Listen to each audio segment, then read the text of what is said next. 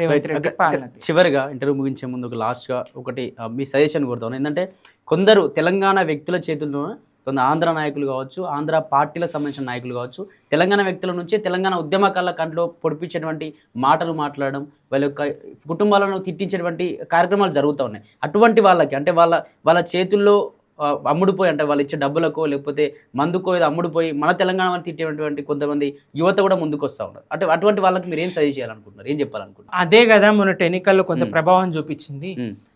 చిన్న చితక వాళ్ళ నుంచి అందేటువంటి ఆర్థిక దాని కోసమో చిన్న చిన్న వాటి కోసమో లొంగి తెలంగాణ ప్రయోజనాలను పాతరేసినటువంటి కొంతమంది ఒక పిడికెడు మంది చేసినటువంటి విష ప్రచారం, దుష్ప్రచారం, ఇంకా కొంతమంది తెలుసుకున్నారు ఏందనేది, బయటకు వచ్చి ఆ ఇనుప కౌగిల నుంచి కొంతమంది బయటకు వచ్చిండ్రు. ఇంకొంతమంది కొత్తగా ఆ కౌగిల్లో చేరి వాళ్ళు దుష్ప్రచారం చేస్తూనే ఉన్నారు. 9.5 సంవత్సరాల 10 సంవత్సరాల బీఆర్ఎస్ పాలన మీద, ఇంటి పార్టీ మీద వ్యతిరేక ప్రచారం చేస్తూనే ఉన్నారు. రేవంత్ భజన చేస్తూనే ఉన్నారు. తెలంగాణ ద్రోహుల భజన చేస్తూనే ఉన్నారు. వేలు మనదే కన్ను మనదే అన్నట్టు చేస్తా ఉన్నారు. మెజారిటీ ప్రజలు గుర్తించే పరిస్థితి పాలన. మాటలు అప్పుడు విన్నారు, కానీ ఇప్పుడు చేతలు చూస్తా ఉన్నారు కదా. మాటలు కాదు కదా ప్రజలకు కావాల్సింది, చేతలు కదా.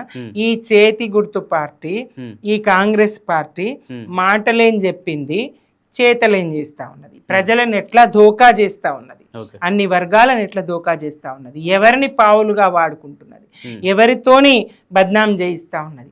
అన్ని ప్రజలు చాలా విఘ్నులు, ప్రజలు చాలా తెలివిగల వాళ్ళు. వాళ్ళ తీర్పు తప్పకుండా ముందర రాబోతుంది. ఇక్కడ తెలంగాణ ద్రోహులకు పుట్టగతులు ఉండవు. ఇక్కడ తెలంగాణ ద్రోహపు మీడియా ఆటగట్టే రోజులు వస్తాయి. ఇక్కడ చంద్రబాబు మీడియా ఆటగట్టే రోజులు వస్తాయి. వాళ్ళు చేసే విష ప్రచారం, హరీష్ రావు గారు బీజేపీలోకి పోతారట, గిస్తాయి ప్రచారం వీళ్ళకి పోయి చెప్పొచ్చినట్టుగా. ఆయన 100 సార్లు 1000 సార్లు గట్టిగా, ఎంత గట్టిగా అంటే వాడు ఎవడన్నా అంటే ఆయన నోటితో అసంకల్పితంగా ఒక మాట వచ్చేసింది, తిట్టేసిండు. అయినప్పటికీ మళ్ళీ అదే మాట మాట్లాడతారు. ఇట్లా ఉంటది. బీజేపీతో పొత్తు పెట్టుకుంటారట. అరే పొత్తు పెట్టుకున్నాడు నిర్భయంగా చెప్తాం మేము రహస్యమా పొత్తు? ప్రజాస్వామ్యంలో గతంలో చంద్రబాబు వ్యతిరేకించిన చంద్రబాబుతోని జై కొట్టించి పొత్తు పెట్టుకున్నాం. వ్యతిరేకించిన ఎవరు వైఎస్ గారు, తెలంగాణ సమైక్యవాది వైఎస్ గారు, ఆయనతోని జై తెలంగాణ అనిపించి పొత్తు పెట్టుకోగలిగినాం. కమ్యూనిస్టులతోని పొత్తు పెట్టుకోగలిగినాం. పొత్తు పెట్టుకున్న నాడు నిర్భయంగా చెప్పి పెట్టుకుంటాం. అందులో ఇదేం లేదు. ఇప్పుడు మాత్రం బీజేపీ, మోదీ ప్రభుత్వము బడే బాయ్ చోటే బాయ్ బంధం కొనసాగుతూ ఉన్నది. మాదేముంటుంది అప్పుడు? మీ బంధం కొనసాగుతూ ఉన్నది. మీరు ఇప్పుడు బాయ్ బాయ్ అనుకుంటా ఉన్నారు. ఇప్పుడు మీరిద్దరు ఒకటి. రాష్ట్ర రేవంత్ సర్కార్ ఒక గొడుగులాగా, ఒక రక్షణ కవచంలాగా బీజేపీ కాపాడుతోంది. బండి సంజయ్ గారు ప్రేమిత్రో ఆయన భుజాల మీద వేస్తారు, ఈయన ఇటేస్తారు. కిషన్ రెడ్డి గారు కానీ, బండి సంజయ్ గారు కానీ, రఘునందన్ రావు గారు కానీ, పాపం రేవంత్ రెడ్డి మీద పల్లెత్తు మాట ఎవరన్నా విరుచుకపడతారు. ఆయన్ని కాపాడేది వాళ్ళు. మేము వాళ్ళతో సఖ్యత అంటారు. ఇట్లాంటి ప్రచారం చేసి ప్రజల్ని గందరగోళంలోకి నెట్టే ప్రయత్నం చేస్తారు తప్ప అయినా ప్రజలు విఘ్నులని చెప్తా ఉన్నా కదా. తెలంగాణ ప్రజలు ఇప్పుడు పూర్తి స్పృహతోని సోయితోని ఉన్నారు. ఎవరి వల్ల తెలంగాణ సాధ్యమైంది, ఎవరి వల్ల తెలంగాణ అభివృద్ధి చెందింది. 74,000 కోట్ల రూపాయలు రైతుల అకౌంట్లో ఎవరేసిండ్రు? 96,000 కోట్ల రూపాయలతో కాళేశ్వర నిర్మాణం ఎవరు చేసిండ్రు? 40,000 చెరువుల పూడిక ఎవరు తీసిండ్రు? 1,65,000 ప్రభుత్వ ఉద్యోగాలు ఎవరిచ్చిండ్రు? ఐటీ రంగంలో దాదాపు 7-8 లక్షల ఉద్యోగాలను ఎవరు పెంచగలిగిండ్రు? ఎవరు జిల్లాలు ఏర్పాటు చేయగలిగిండ్రు? రెవెన్యూ డివిజన్లు ఏర్పాటు చేయగలిగిండ్రు? మండల వ్యవస్థను కొత్త మండలాలు ఏర్పాటు చేయగలిగిండ్రు? బంజారాలకు, లంబాడీలకు గ్రామ పంచాయతీలు ఏర్పాటు చేయగలిగినరు. కొత్త గ్రామ పంచాయతీలు ఏర్పాటు చేసి అనేక భవనాలు, రోడ్లు, నిర్మాణాలు, అభివృద్ధి ఏ స్థాయిలో జరిగింది? మరి ఎట్లా కేసీఆర్ గారికి ఇది సాధ్యమైంది? కరోనా లాంటి కష్టకాలంను కూడా ఎట్లా కేసీఆర్ గారు అధిగమించి అభివృద్ధి చేయగలిగినరు?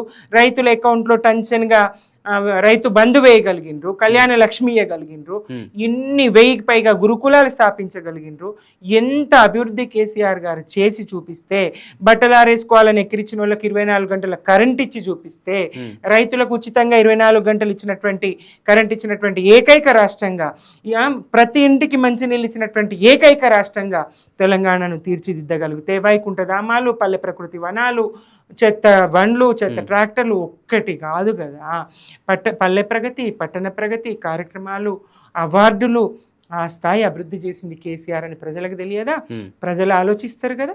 మరి వాళ్ళ నిధులు లేవు, అప్పులైనాయి, మేము మితి కడుతున్నాం, 4 లక్షల కోట్లు తీసుకొచ్చి ఏం చేసినావో 4 లెక్కలు చెప్పయ్యా.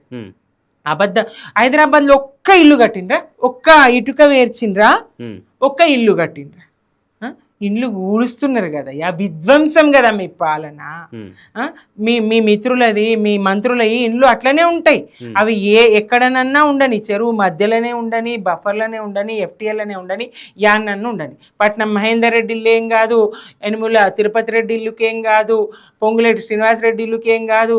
కానీ పేదల ఇండ్లు కూలుస్తారా? మోసీ సుందరీకరణ పేరుతో 5 కిలోమీటర్ల దూరం అట. ఏం చేస్తారో ఈ గుళ్ళు కడతారట.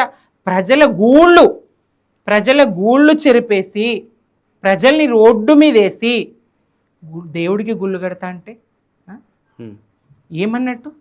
మానవ సేవనే మాధవ సేవ కదా.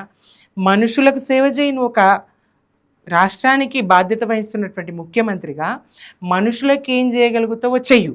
మనుషులను చంపి దేవుడికి గుళ్ళు కడతా అంటే ఏమన్నట్టు? ఎక్కడి పాలన ఇది?